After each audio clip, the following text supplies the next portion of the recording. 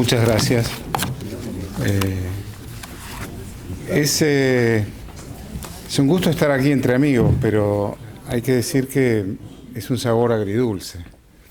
Es una despedida, que no es despedida, pero el cierre de un ciclo. Tengo algunas... el título de mi presentación es La doctrina Almagro, la OEA como actor global. Cuando me dijeron que, bueno, la doctrina Almagro, Carlos escribió algo, efectivamente. Yo estaba pensando, ¿cuál es la doctrina Almagro? Bueno, es muy simple.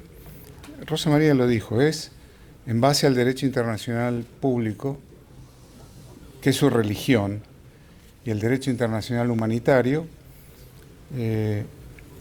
ser consecuente y leal a los textos constitucionales de las Américas, entre comillas. La Carta de la OEA, 1948, en Bogotá, la Convención Americana sobre Derechos Humanos, San José, 1969, y la Carta Democrática Interamericana, Lima, 2001, con un particular agregado a esto de la Carta Democrática, el artículo 3. Los pueblos de las Américas tienen derecho a la democracia y los gobiernos la obligación de protegerla y defenderla. El derecho internacional, efectivamente, el sujeto fundamental es el Estado, pero en la Carta Democrática la innovación es extraordinaria. El pueblo es un sujeto activo en el derecho internacional. Pero todo eso aplicado y proyectado. A propósito, en 2017 creo que fue, en un consejo permanente le escuché decir la verdadera constitución de las Américas, la Carta Democrática Interamericana, y eso es una de esas cosas a lo largo del tiempo que me quedaron dando vueltas.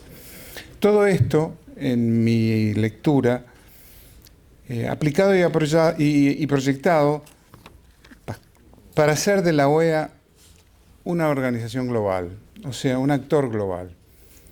La OEA más allá del hemisferio, la OEA en la problemática internacional. Yendo a otras arenas institucionales con la problemática hemisférica, o bien trayendo problemáticas internacionales al seno de la OEA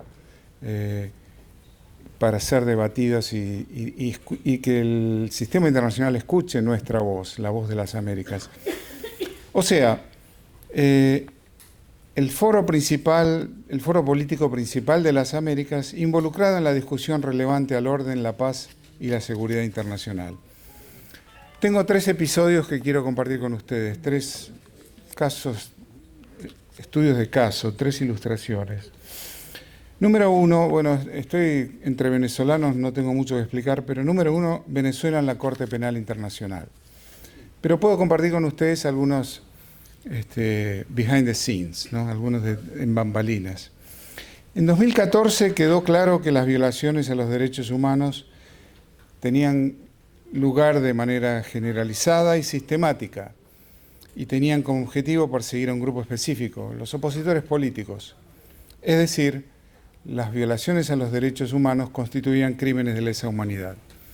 La gran pregunta en ese momento fue cómo proceder durante días, durante semanas, si no meses, cómo proceder para darles ese estatus y que permitiera asignar e imputar responsabilidades individuales, asegurando de ahí el carácter imprescriptible de dichas violaciones. ¿Qué hacer para cuadrar el caso dentro del Estatuto de Roma y así poder apelar a la Corte Penal Internacional? Allí surgió la idea del panel de expertos internacionales, la metodología de audiencias con los testimonios de las víctimas y sus familias en la OEA y la documentación de los métodos represivos y sus magnitudes, ejecuciones extrajudiciales, detenciones arbitrarias, desapariciones, tormentos, vejaciones, y con un agregado innovador, producto de la creatividad de los expertos, el hambre y la enfermedad como armas en una guerra contra la población, que no es original del texto del Estatuto de Roma. De allí surgió un primer informe que habría traído conmigo para mostrarlo, salvo que veníamos sin equipaje y es un informe de 400 páginas pero muchos de ustedes lo vieron, y si no lo vieron está online y pueden imprimirlo en sus casas. Hubo varias actualizaciones desde entonces, pero ese primer informe se refirió el caso a la Corte Penal Internacional, a la Fiscalía. Como saben, el caso continúa bajo investigación. El fiscal debe aplicar la complementariedad. El secretario Almagro lo ha dicho infinidad de veces. No tan solo invocarla. Complementariedad porque en Venezuela ninguna instancia judicial es independiente del jefe del Estado. Allí no puede haber justicia, solo la justicia internacional puede hacer justicia. Y así seguimos, esperando noticias, esperando que finalmente se ejecute, se imparta ese auto de detención de Nicolás Maduro que el secretario ha pedido reiteradas oportunidades. Segundo caso, o hay dos en uno. Carlos va a estar contento. Bolivia y Haití en la Comisión de Venecia, es decir, en la Comisión Europea para la Democracia a través de la ley. La consulta fue en 2018 cuando Evo Morales pretendió ignorar, que finalmente lo logró, la reelección indefinida que el referéndum de 2016 había rechazado. Y demandó el Ejecutivo por la inconstitucionalidad de 4 artículos de la Constitución, invocando la Convención Americana sobre Derechos Humanos para el artículo 23, el derecho a ser elegido, para reclamar la posibilidad de volver a presentarse, volver a ser candidato. Es decir, Evo Morales planteó la reelección indefinida como un derecho humano, el derecho a la perpetuación. La comisión corroboró que lo que el secretario Almagro había sostenido, no existe un específico derecho humano a la reelección y que las restricciones en ese terreno dependen exclusivamente de derechos a la participación política y que todo arreglo constitucional existen algunas limitaciones y diversas limitaciones al respecto. Evo Morales volvió a presentarse, no obstante, pero la opinión de la Comisión de Venecia stands, ¿no? Está vigente. Haití. En junio de 2024, en junio pasado, se hizo una petición de vuelta a la Comisión de Venecia acerca de las condiciones mínimas indispensables para llevar adelante elecciones, referéndum constitucionales en Haití, dadas las condiciones de inseguridad que prevalecen en ese país. El accionar de pandillas, el deterioro de la seguridad pública. Veníamos en el avión y le digo, luego de leer todo el informe de la Comisión de Venecia al respecto, uno concluye que no hay Estado en Haití y que sin Estado no hay democracia, lo sabemos, y sin Estado no puede haber elecciones limpias, creíbles, significativas. Tercer caso. El crimen de agresión de Rusia a Ucrania en la OEA.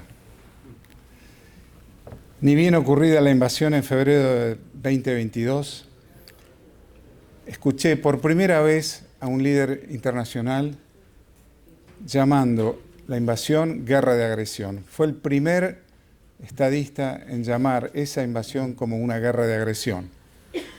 De inmediato, lo hizo en un consejo permanente. Desde entonces hemos trabajado incansablemente por aquella resolución aprobada en abril de 2022, donde la OEA suspendió a Rusia como observador por aquel crimen de agresión.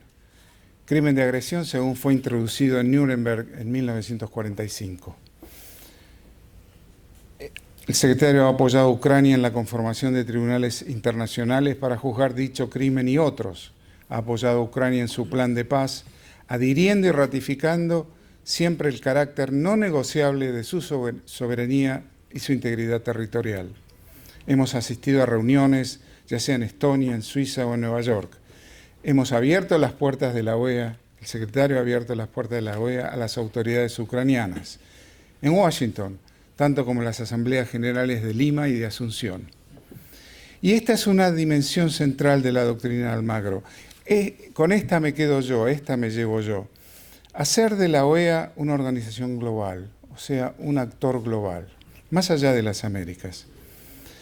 En varias de estas ocasiones, tal cual ustedes han citado, en Cuba o en Venezuela o en Bolivia, que no era pertinente, también lo escuchamos en relación a la problemática de seguridad europea, que no era conveniente llevar la problemática a nuestra región a instancias extrarregionales y que no era en el interés de la OEA ni de los países miembros emitir pronunciamientos sobre una crisis en Europa, sobre aquella guerra de Ucrania, guerra que continúa, como sabemos.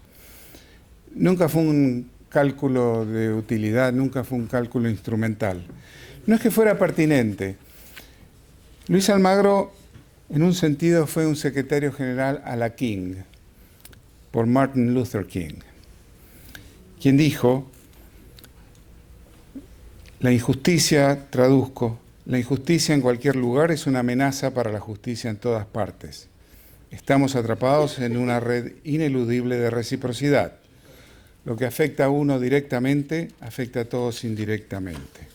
Es la carta de la cárcel de Birmingham, abril de 1963, de Martin Luther King. Yo, por mi parte, tuve la fortuna y el privilegio de haber sido parte de todo esto.